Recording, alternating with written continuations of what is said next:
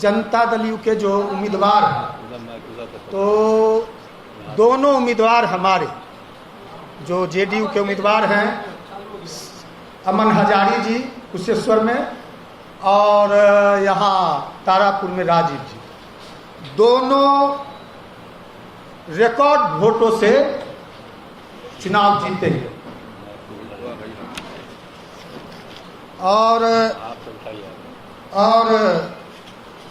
और जो यह परिणाम के साथ ही जो ट्विटर बॉय हैं 2 गो, और जो ट्विटर बॉय के एक हनुमान है जो अपने आप को हनुमान बताते थे, इन दोनों का अहंकार घमंड सारा चकनाचूर परिणाम आते ही हो जाएगा। और दूसरी बात, जहां हमको यह जानकारी मिला, कल कई मतदाताओं ने कुशेश्वर से और तारापुर से फोन करके हमको बताया कि चिराग जो हैं घूम घूम कर रात में, और उनके जो स्टार प्रचारक बम्बई, दिल्ली और विशेष करके बनारस से जो प्रचारक गए, ये लोग घूम घूम कर तारापुर में कह रहे हैं कि आरजेडी को वोट दो चिराग, जबकि वो उम्मीदवार दिया है।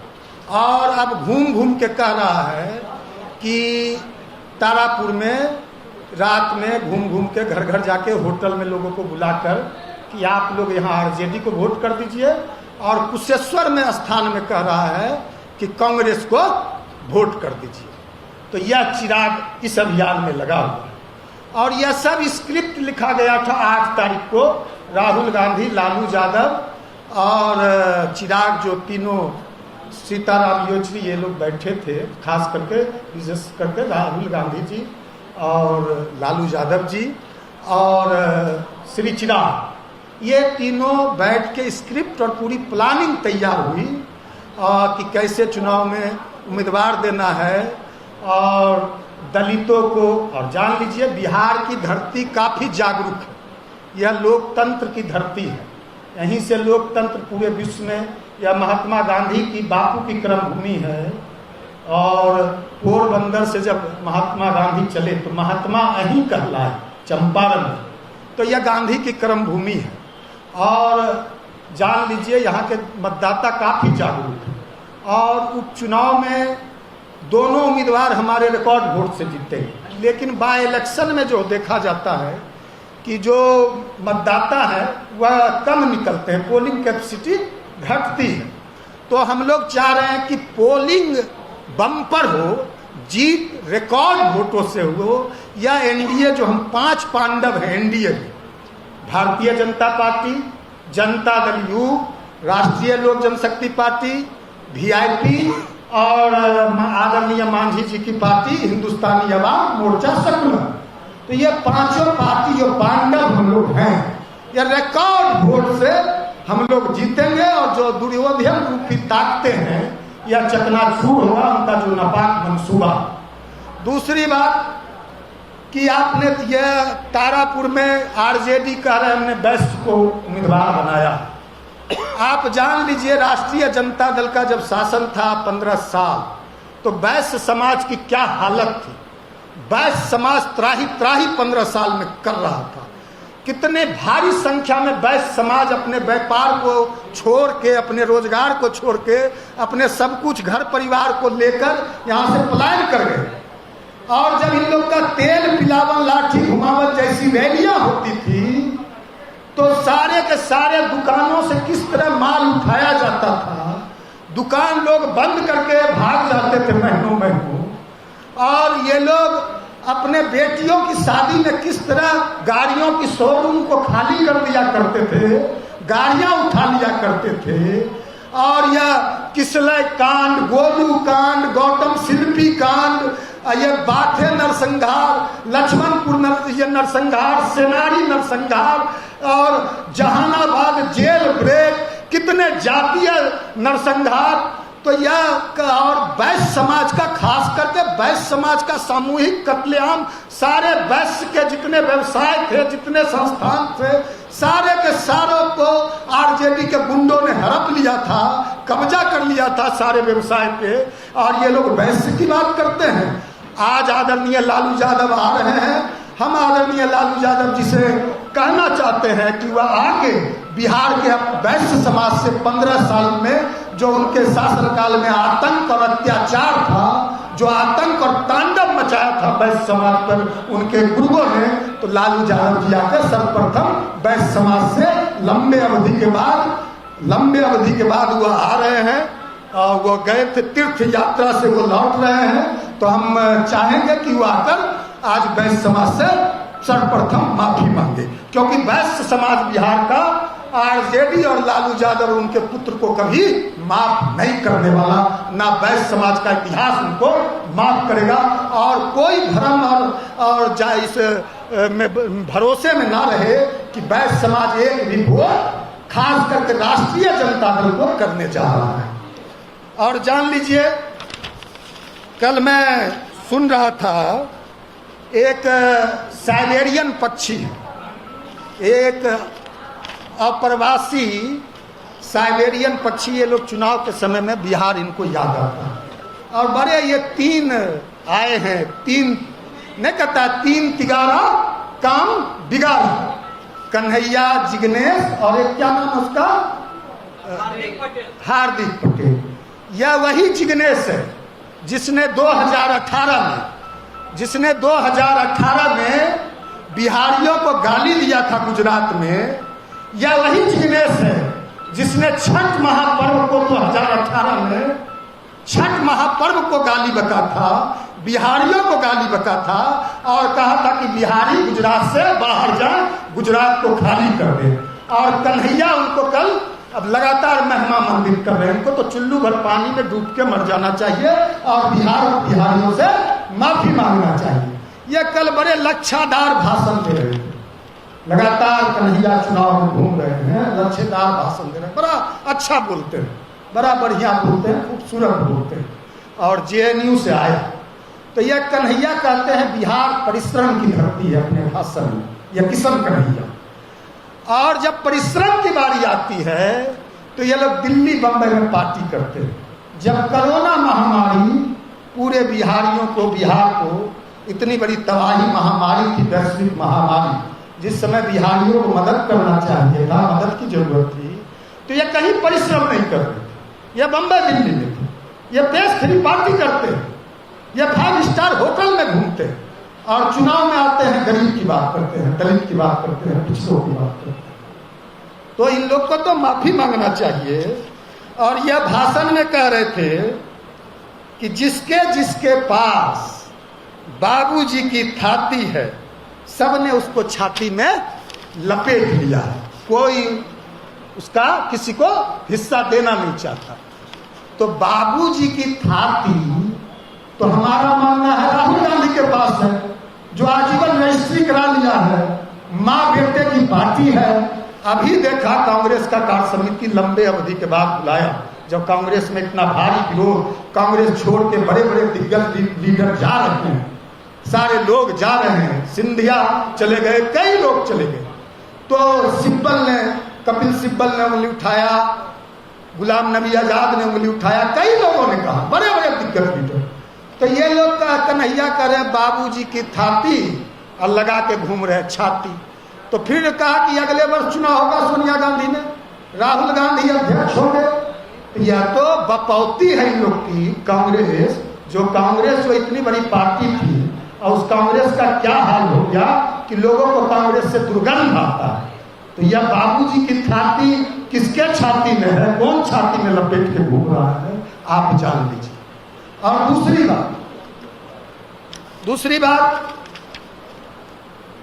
विपक्ष के पास कोई विजन नहीं, विपक्ष के पास कोई मुद्दा नहीं है, मुद्दा विहीन विपक्ष है, यह कोई मुद्दा नहीं।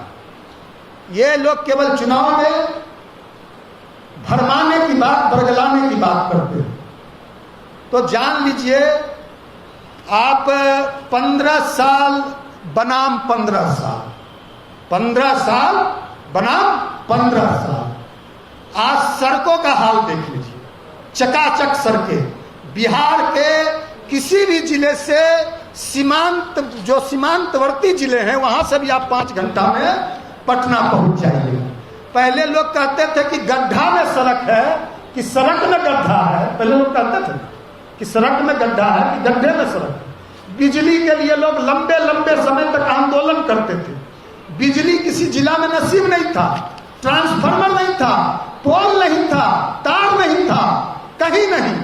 आज 24-24 घंटे बिजली गांव को मिल रही है। पहले लोग लाइटन, ये लोग जो अंधे लोग हैं जिनको विकास दिखाई नहीं देता, ये जो कहता है कि सावन के अंधा को कुछ नजर नहीं आता, तो ये जो अंधे लोग हैं जिनको विकास नहीं दिखाई देता, आज विकास की, बिहार के विकास की पूरे देश में बिहार मॉडल का चर्चा होता है। बिजली 24 घंटे, सड़कें चकाचक, उद्योग, रोजगार, सब क्षेत्र में कोई ऐसा क्षेत्र नहीं है जिस क्षेत्र में काम नहीं हुआ। पहले बिजली के लिए लोग लंबे लंबे समय आंदोलन करते थे।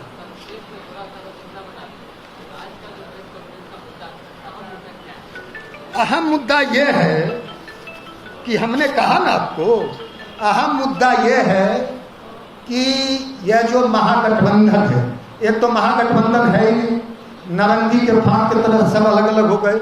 महागठबंधन तो 2015 में बना था जब नीतीश जी थे, तो सब अलग हो गए। कांग्रेस अलग, स्टील के टुकड़े हजार हुए, कोई यहाँ गिरा कोई वहां गिरा।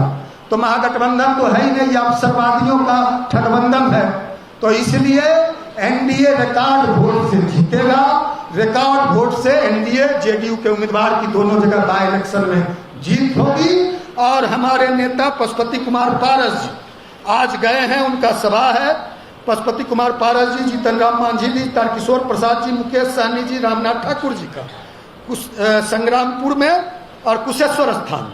दूसरा सभा है कल माननीय मुख्यमंत्री श्री नीतीश कुमार जी के साथ पारस बाबू का, जिसमें भाजपा के प्रदेश अध्यक्ष संजय जायसवाल भी रहेंगे, विजय चौधरी जी रहेंगे, मंत्री बिहार सरकार। खेल मैदान कुशेश्वर स्थान में, और ये तारापुर में, गाजीपुर में, तारापुर में। फिर 27 को सभा है पारस बाबू का। पारस बाबू का 27 को है। जीतन राम मांझी, पारस बाबू, सुशील कुमार मोदी, उपेंद्र कुशवाहा, मुकेश सहनी, ये दोनों सभा है। पहला है तारापुर में जलालाबाद में, दूसरा है बिरौल में कुशेश्वर स्थान असेंबली कॉन्स्टिट्यूंसी। तो निश्चित रूप से रिकॉर्ड वोट से एनडीए के उम्मीदवार जीतेंगे। और ये लोग जो नूरा कुश्ती है इन लोग का, ये सब मिले हुए एक ही थैली के, ये सब चट्टे बट्टे। तो चिराग उम्मीदवार तो दिया है, लेकिन घूम घूम के वोट मांग रहा है। ये वहां तारापुर में आरजेडी के लिए और कांग्रेस के लिए चिराग के लोग, और चिराग वोट मांग रहे हैं कुशेश्वर। या जो लोगों से हमको पता चल रहा है, हम नहीं करते। और जहां तक बात रही, चिराग आप लोग के चैनलों के माध्यम से, आप लोगों के माध्यम से लगातार आरोप लगाते हैं कि हमारे पिता रामविलास पासवान जी को नीतीश कुमार जी ने अपमानित किया।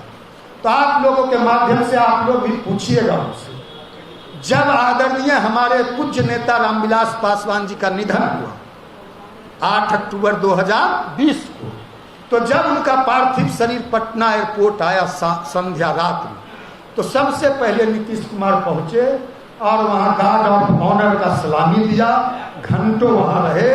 उसके बाद जब पार्थिव शरीर विधानसभा गया, बिहार विधानसभा, तो वहां नीतीश जी, आंसू नीतीश जी के आंख से आ गए, आंखें दबदबा गई नीतीश जी की। और एक टक नीतीश जी पार्थिव शरीर, रामविलास जी के पार्थिव शरीर को निहारते रहे।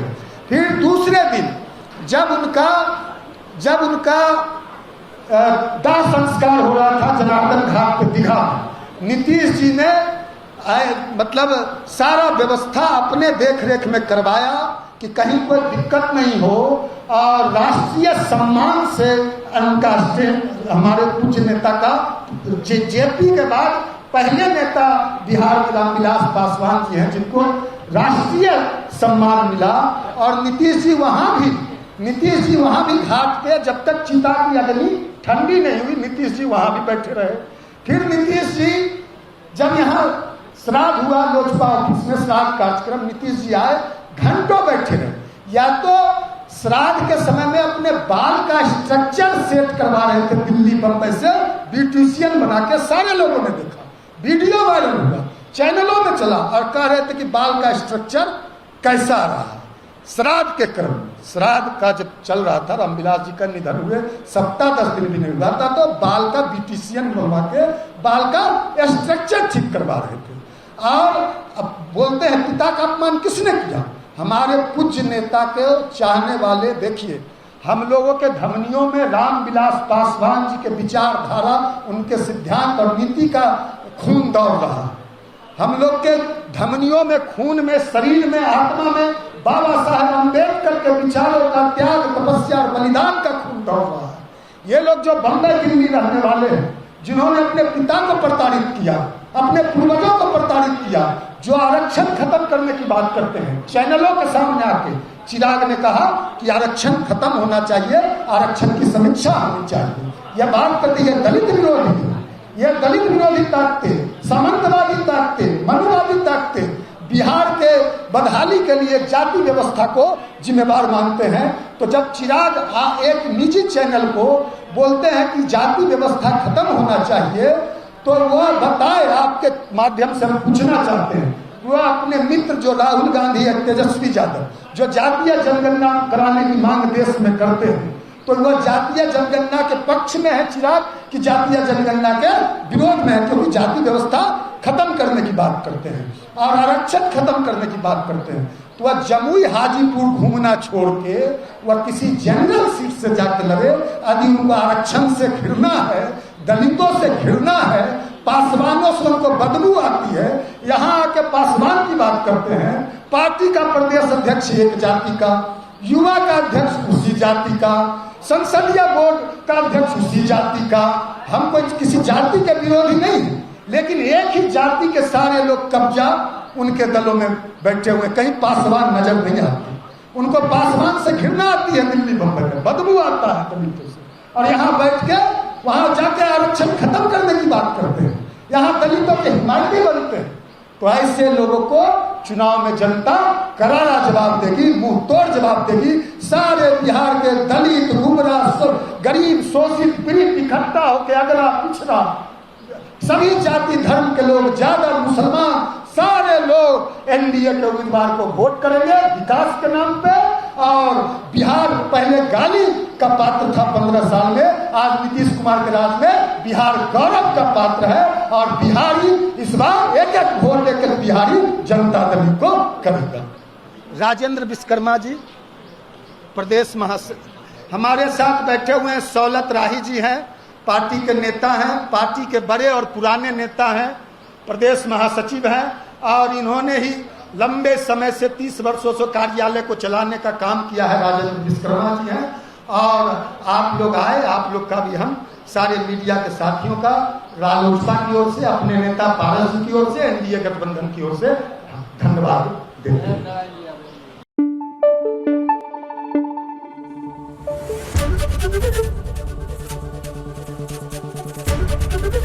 एबीपी न्यूज आपको रखे आगे।